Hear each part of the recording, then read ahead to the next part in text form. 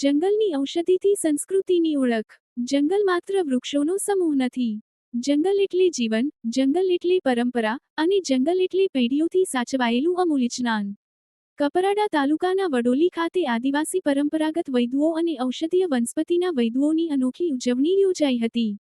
Vasundhara charitable trust નિલોસી અને નવનિર્માણ charitable trust વડોલીના સંયુક્ત ઉપક્રમે યોજાયેલા આ કાર્યક્રમમાં સ્થાનિક વૈદુઓનું અભિવાદન કરી તેમની વર્ષો જૂની પરંપરા અને જ્ઞાનને સન્માન આપવામાં આવ્યું. આ કોઈ સામાન્ય સન્માન નહોતું.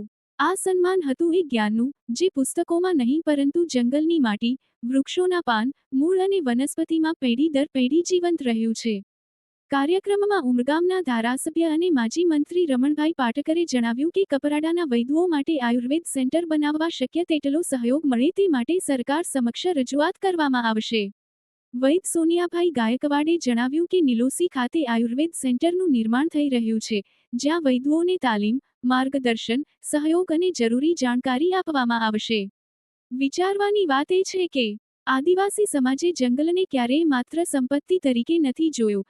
જંગલને પરિવાર માન્યો છે, વનસ્પતિને જીવન માન્યું છે અને કુદરતના જ્ઞાનને વારસો માન્યો છે. આ પરંપરા માત્ર આદિવાસી સમાજની ઓળખ નથી. આ ભારતની પ્રાચીન સંસ્કૃતિ અને પ્રકૃતિ સાથેના આપણા સંબંધની જીવંત નિશાની છે. હવે જરૂર છે આ જ્ઞાનને સાચવવાની, નવી પેઢી સુધી પહોંચાડવાની, અને આધુનિક આયુર્વેદ સાથે જોડીને તેને નવી ઓળખ આપવાની. કારણ કે જંગલ બચશે તો જ જ્ઞાન બચશે, જ્ઞાન બચશે તો જ પરંપરા બચશે, અને પરંપરા બચશે તો જ આપણી સંસ્કૃતિ જીવંત રહેશે. કાર્યક્રમમાં વલસાડ જિલ્લા પંચાયત આરોગ્ય સમિતિના અધ્યક્ષ રેણુકાબેન ઉદાર સહિત આગેવાનો ઉપસ્થિત રહ્યા હતા. વડોલીમાંથી ઉઠેલો આ સંદેશ સ્પષ્ટ છે. કુદરતનો ખજાનો સાચવો, વૈદુ પરંપરાને સાચવો અને ભારતની આદિવાસી સંસ્કૃતિને ગૌરવ સાથે આગળ વધારો. ખૂબ જ જરૂરિયાત છે આયુર્વેદિક વૈદ લોકોની, કારણ કે એલોપેથી કે એક મોંઘી દવા મળે છે. શરીરમાં એક ઉપચાર માટે આ દવા લેવામાં આવે તો અન્ય બીજી દવાની પણ અસર ઊભી થાય છે. ત્યારે વર્ષોથી જે આપણે પુરાણમાં કહ્યું છે, ગુરુઓ જે સમાજની સેવા કરતા હતા, રામ રાજ્ય હતું એ વખતે પણ વૈદોનું ખૂબ મહત્વનું હતું. અને એટલા માટે જ આપણે ગીતાને ભગવદ્ ગીતાની અંદર પણ કહ્યું છે કે વૈદ દ્વારા જે ઉપચાર થાય છે એ કાયમી છે, કાયમી ઉપચાર બહુ સારો છે.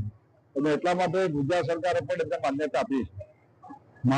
હું જ્યારે વન અને આદિજાતિ વિભાગના મંત્રી તરીકે સેવા કરતો હતો એ દરમિયાન અમે ગાંધીનગરની અંદર, રાજકોટની અંદર, અમદાવાદની અંદર, સુરતની અંદર મોટા મેળાઓ કર્યા.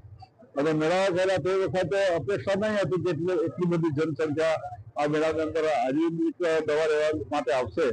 પણ ખૂબ મોટા પ્રમાણમાં લોકો આવ્યા અને સરકારે હવે એને માન્યતા આપી. ડાંગ જેવા વિસ્તારોની અંદર વૈદોનો મેળાઓ થાય, લોકોને જાણકારી મળે, વનસ્પતિ એ આયુર્વેદિક ફૂડ સુધી, દવા સુધી એવો ઉપચાર કરવામાં સફળતા મળે. અને એટલા માટે કપરાડા તાલુકાની અંદર કેન્દ્રીય વસુંધરા દ્વારા આ જે માન્યતા આપેલી છે, ટ્રસ્ટ બનાવેલું છે. ગુજરાત સરકારમાં પણ અમે દરખાસ્ત કરી છે.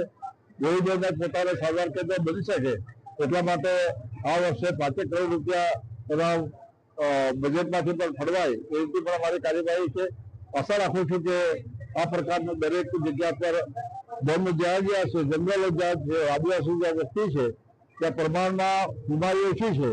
પરંતુ જે વૈદોને જે વનસ્પતિ ઉપચારથી જે કરે છે એના સાધનો જો મળવા આપવામાં આવે તો સ્વાભાવિક રીતે સારી રીતે ઉપચાર કરી શકે. અને એને અમે પહેલ આ વખતે પણ 5 લાખ રૂપિયા અત્યારે નિયમિત પેટર્ન વલસાડમાંથી અહીંયા આપણે સોનિયાભાઈને ત્યાં આપવામાં આવ્યા છે. એટલે હું માનું છું કે આ પ્રકારની એક જે 14 જિલ્લા છે, અંબાજીથી ઉમરગામ સુધી, એવા પૂર્વ વિસ્તારના વનોથી પથરાયેલી વનસ્પતિની અંદર અને ટ્રાઇબલ વિસ્તારની અંદર જો આયુર્વેદિક અને પ્રોત્સાહન સરકાર દ્વારા આપવામાં ચાલુ કરી દીધું છે અને વધારે લેશે તો દેશના વડાપ્રધાને કહ્યું છે કે હવે સંશોધન આયુર્વેદિક પર વધારે કરવા જરૂરી લાગે છે. અને એનો આજે આનંદ છે કે આજે અહીંયા વૈદોનો એક મેળાવો થયો, સંમેલન થયું, એમનું સન્માન પણ થયું છે. વસુંધરા સરકાર માન્ય ટ્રસ્ટ છે અને એના પુસ્તકમાં આ એક કાર્યક્રમ થયો છે. કાર્યક્રમની અંદર ખૂબ સારા કાર્યક્રમ પણ અહીંયા કરવામાં આવ્યા છે.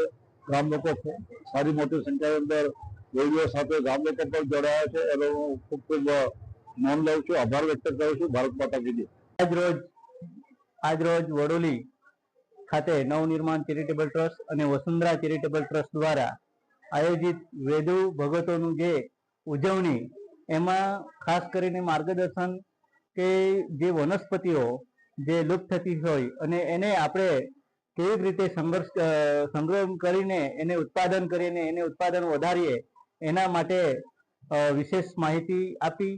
તેમજ વેદોનું જે માર્ગદર્શન, જે વેદો જતન કરતા હતા એ લોકોને પણ શ્રી રમણભાઈ પાટકર, પૂર્વ આદિજાતિ મંત્રી તેમજ ઉમરગામના ધારાસભ્ય, એમના હસ્તે સર્ટિફિકેટ વિતરણ કરવામાં આવ્યા. અને જે એનો ખાસ મોટો ફાળો, જે પાટકરશ્રીનો મોટો જે સરકારશ્રી તરફથી જે નિલોસી ખાતે આયુર્વેદિક સેન્ટર બનતું છે એના માટે શ્રીમાન રમણભાઈ પાટકર દ્વારા એમના હસ્તે જે સેન્ટર બની રહ્યું છે એ એકદમ એવું સ્થળ છે કે ત્યાં આયુર્વેદિક તાલીમ પણ, હાલમાં વેદો તાલીમ પણ લેતા છે અને એ હમણાં બની રહ્યું છે. ત્યારે એમના સપોર્ટ માટે રમણભાઈ પાટકર સાહેબનો ખૂબ જ મોટો હાથ છે.